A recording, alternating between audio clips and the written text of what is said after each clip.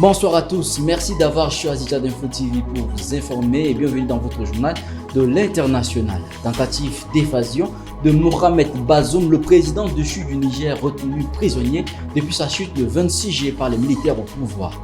Détail à suivre dans ce journal. Dans le conflit israélo-palestinien, Joe Biden, le président américain, a effectué un déplacement à Tel Aviv. Détail à suivre également dans ce journal.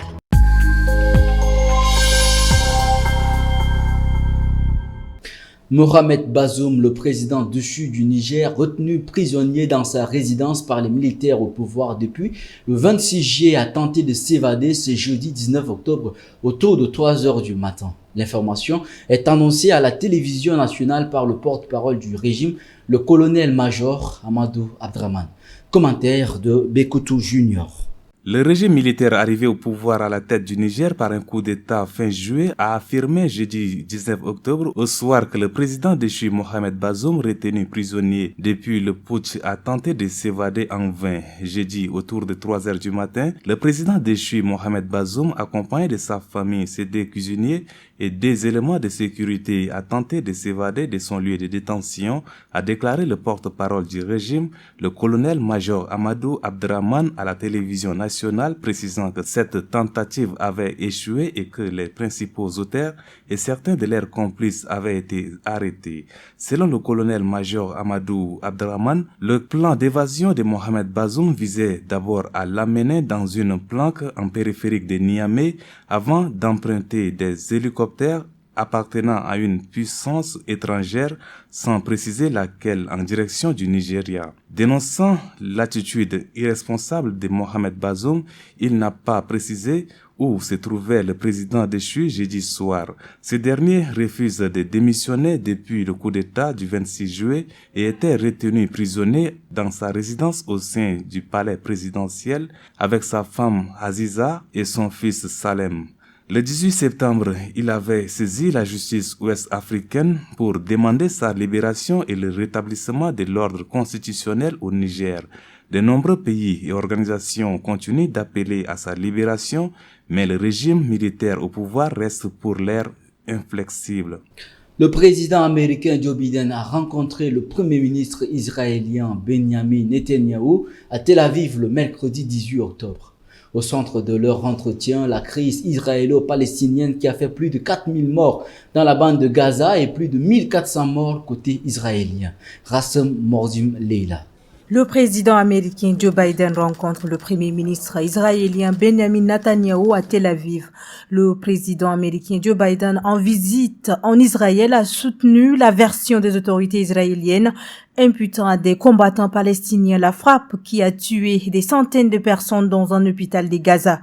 Plus de 1400 personnes ont été tuées en Israël, la plupart des civils tués le jour de l'attaque du 7 octobre, la plus meurtrière depuis la création de l'État d'Israël. Les frappes de représailles israéliennes sur la bande de Gaza ont tué plus de 4000 personnes, en majorité des civils palestiniens, selon les autorités. La première puissance mondiale souhaite avant tout montrer son soutien à son principal allié au Moyen-Orient, meurtri par la pire attaque terroriste de son histoire, harcelé à sa frontière nord par la milice islamiste du Hezbollah libanais, soutenue par l'Iran. Téhéran a mis en garde contre l'ouverture de fronts multiples si les crimes de guerre contre les Palestiniens ne cessent pas immédiatement. Mais Joe Biden souhaite aussi éviter de trop grandes pertes civiles à Gaza, alors que l'armée israélienne pourrait envahir l'enclave palestinienne sous peu et que le Hamas assure qu'Israël est l'auteur d'une frappe sur l'hôpital Al-Khali de Gaza qui a fait du moins 200 morts selon l'organisation islamiste au pouvoir. Des accusations démenties par l'État hébreu. 2 pirogues interceptées, 338 migrants dont 35 femmes et 13 mineurs rapatriés par la marine sénégalaise à la base navale de Dakar ce 20 octobre. Commentaire de Judith Kamtar. Un patrouilleur de la marine nationale intercepte 2 pirogues qui transportaient clandestinement des individus. Au total, 338 migrants ont été ramenés de force à la base navale de Dakar. Parmi les migrants, il figure de nombreux jeunes, mais aussi des femmes et des mineurs. L'immigration clandestine s'est accentuée ces derniers mois au Sénégal avec des milliers de départs, vers les îles espagnoles des Canaries. Allons à présent au Burkina. Assassiné lors d'un coup d'État le 15 octobre 1987, l'ancien président révolutionnaire Thomas Sankara a été élevé au rang de héros de la nation. C'était à l'occasion d'une cérémonie marquant le 36e anniversaire de sa mort. Le président de transition Ibrahim Traoré a pris part à cette cérémonie. Aimé Dolinassou. Le régime de transition au Burkina Faso rend hommage à l'ancien président révolutionnaire Thomas Sankara, assassiné lors d'un coup d'État le 15 octobre 1987, lors d'une sobre cérémonie marquant le 36e anniversaire de sa mort. La cérémonie a eu lieu devant la grande statue de Thomas Sankara, érigée dans la capitale burkinabé en 2019, à l'endroit où l'ex-président a été assassiné et inhumé en février. Le chef de la transition et capitaine Ibrahim Traoré, arrivé au pouvoir par un coup d'État il y a un an, a présidé la cérémonie accompagné de plusieurs membres du gouvernement et des présidents d'institutions. En treillis militaire et béret rouge, le capitaine Traoré a déposé une gerbe de fleurs au pied de la statue après avoir présenté le décret adopté début octobre élevant Thomas Sankara au rang des héros de la nation. Le statut de héros de la nation a été créé en juin 2022 pour honorer des personnes étant notamment distinguées par leur bravoure exceptionnelle pour la défense d'une cause nationale ou leur preuve exceptionnelle et honorable pour la nation, selon le gouvernement burkinabé. Arrivé au pouvoir par un putsch en août 1983, Thomas Sankara, icône africaine, a été tué le 15 octobre 1987 lors d'un coup d'État fomenté par son numéro 2, Blaise Compaoré. Ce jour-là, le président burkinabé était en réunion au siège de son Conseil national de la Révolution lorsqu'un commando de soldats putschistes est arrivé sur place et l'a battu avec ses compagnons.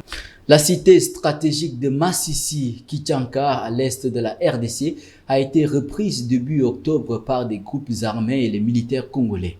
L'armée congolaise affirme son autorité dans cette localité, Ngena Hondoum Sentia. Kichanga, cité stratégique du Massissi au nord-ouest de la capitale du Nord Kivu, Goma, dans l'est de la RDC, a été reprise début octobre par des groupes armés et des militaires congolais. Le mouvement du 23 mars, rébellion majoritairement Tutsi soutenue par le Rwanda, selon de multiples sources, s'était emparé de la ville en janvier, continuant alors sa conquête de vastes pans de territoire dans la province. Ce week-end, l'armée a organisé un voyage de presse vers Kichanga, amenant près des lignes de front une dizaine de journalistes. Les consignes données par l'armée aux journalistes avant le départ sont claires. Il est interdit de photographier nos amis blancs, en référence aux instructeurs de Congo Protection. Interdiction également de filmer les forces armées de la RDC et les interviews doivent être réalisées sous la surveillance des agents de l'État. Une victoire au terme des combats qui ont rompu une trêve observée depuis des mois. Miliciens et soldats gouvernementaux patrouillaient dans la ville reprise à l'ennemi. Ceux qui ont participé aux affrontements disent s'être engagés pour la libération du pays. Le début de la milice proche de Kinshasa est de pousser le mouvement du 23 mars hors des frontières congolaises. Il n'y a aucune volonté expansionniste de la part de ses supérieurs.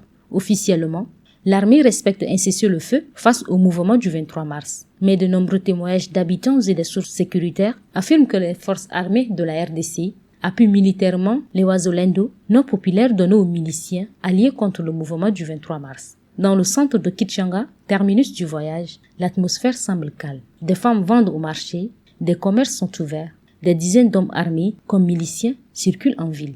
Les affrontements se sont poursuivis à la périphérie de Kichanga ces derniers jours. Pour lutter contre la piraterie, Français et Nigérians ont mené conjointement des exercices navals. L'inspection des navires suspects, la libération des otages enlevés en mer sont entre autres au centre de ces exercices navals. Commentaire de Judith Kantar. Le porte-hélicoptère français Mistral est en mission de 4 mois dans le golfe de Guinée pour lutter contre la piraterie et le trafic. Il a également participé en octobre à un exercice naval conjoint avec le Nigeria qui comprend des exercices comme l'inspection des navires suspects et la simulation d'une opération visant à libérer des otages enlevés en mer par des pirates et détenus sur terre. Le cœur de notre mission ici est la sécurité maritime dans le golfe de Guinée où la France a des intérêts, mais aussi des partenaires forts, dont le Nigeria, a déclaré le commandant de Mistral, le capitaine Olivier Roussil. Scrutin municipal au Mozambique, des manifestations à l'appel de l'opposition se poursuivent. Les opposants dénoncent des fraudes. Pendant que les dépouillements se poursuivent, le parti au pouvoir est déclaré vainqueur dans plusieurs localités, alors que le principal parti de l'opposition, Maputo, conteste les résultats. Aimé Dolinasso. Des manifestations à l'appel de l'opposition se poursuivent au Mozambique pour dénoncer des fraudes lors du scrutin municipal. Alors que le pays attend les résultats définitifs du vote de mercredi dernier, le parti au pouvoir a été déclaré vainqueur dans la plupart des villes où le dépouillement est terminé. Mais cela est contesté par le principal parti d'opposition, la Renamo, qui revendique notamment la victoire à Maputo. Des manifestations ont eu lieu aussi dans plusieurs localités du Nord. Ici et maintenant, nous réaffirmons notre opposition de ne pas accepter, de ne pas reconnaître le résultat du 11 octobre, a déclaré Oussoufo Momad, président du parti d'opposition Renamo. La commission électorale a promis mardi de sévir contre ses membres responsables des pratiques illégales. Le Frélimo a remporté toutes les élections nationales depuis la fin de la guerre et a également contrôlé une grande majorité des municipalités de l'ancienne colonie portugaise, devenue indépendante en 1975. Les diplomates en poste à Maputo ont exhorté les autorités du pays à donner suite aux plaintes d'irrégularité sérieusement et de manière impartiale. Le ministre des Affaires étrangères russe, Sergei Lavrov, a séjourné 2 jours à Pyongyang. Il a rencontré le président nord-coréen Kim Jong-un. Le but de cette rencontre est de construire une relation tournée vers l'avenir, selon les propos de Kim Jong-un ce jeudi. Bekoutou Junior. Kim Jong-un a accueilli pendant 2 jours à Pyongyang le ministre des Affaires étrangères russe Sergei Lavrov. Tous deux se sont dit terriblement préoccupés par la politique de Washington. Le lien entre Moscou et Pyongyang continue à s'intensifier. Le dirigeant nord-coréen Kim Jong-un a affirmé jeudi qu'il souhaitait construire une relation tournée vers l'avenir avec la Russie lors de sa rencontre avec le ministre des Affaires étrangères Sergei Lavrov. Ce dernier a effectué une visite de 2 jours dans la capitale nord-coréenne avant un possible voyage du président Vladimir Poutine dans ce pays qui soutient la Russie dans sa guerre contre l'Ukraine. Kim Jong-un a affirmé que l'objectif du Parti des travailleurs au pouvoir et du gouvernement était d'élaborer un plan stable tourné vers l'avenir et de grande envergure pour les relations entre la RPDC, entendez République populaire démocratique de Corée, et la Russie.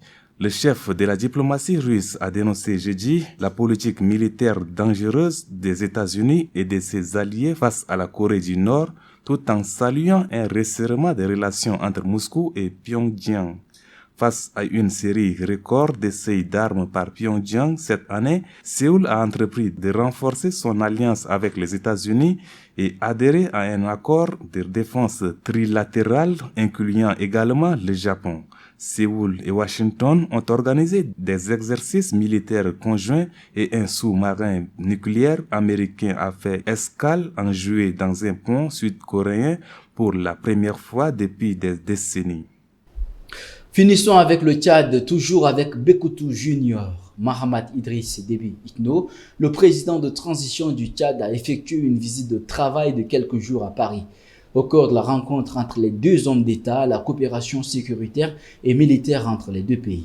Le président tchadien de transition Mahamat Idriss Déby Itno est arrivé à Paris mardi après-midi pour une visite de travail de quelques jours. Le personnel de l'ambassade et la communauté tchadienne vivant en France se sont fortement mobilisés pour accueillir le chef de l'État à son arrivée à l'aéroport Paris-Le Bourget.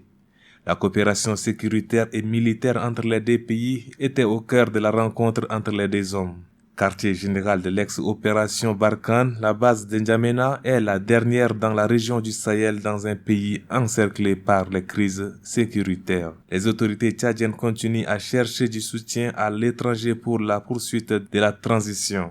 L'organisation du référendum de décembre, chiffré à 53 millions de dollars, puis les élections de l'an prochain, chiffrées à 260 millions de dollars, coûtent cher. Le processus de DDR des groupes rebelles signataires de l'accord de Douai, de même que l'accueil massif des réfugiés soudanais dans la région frontalière. Mahamad Idriss Déby Itno, c'est l'utilité de la France pour mobiliser le soutien financier des bailleurs de fonds. Nous restons au Tchad et c'est la fin de cette édition. Merci de l'avoir suivi. On se retrouve dimanche prochain pour un nouveau journal de l'international. Portez-vous bien. Très bonne suite de programme sur Tchad Info TV.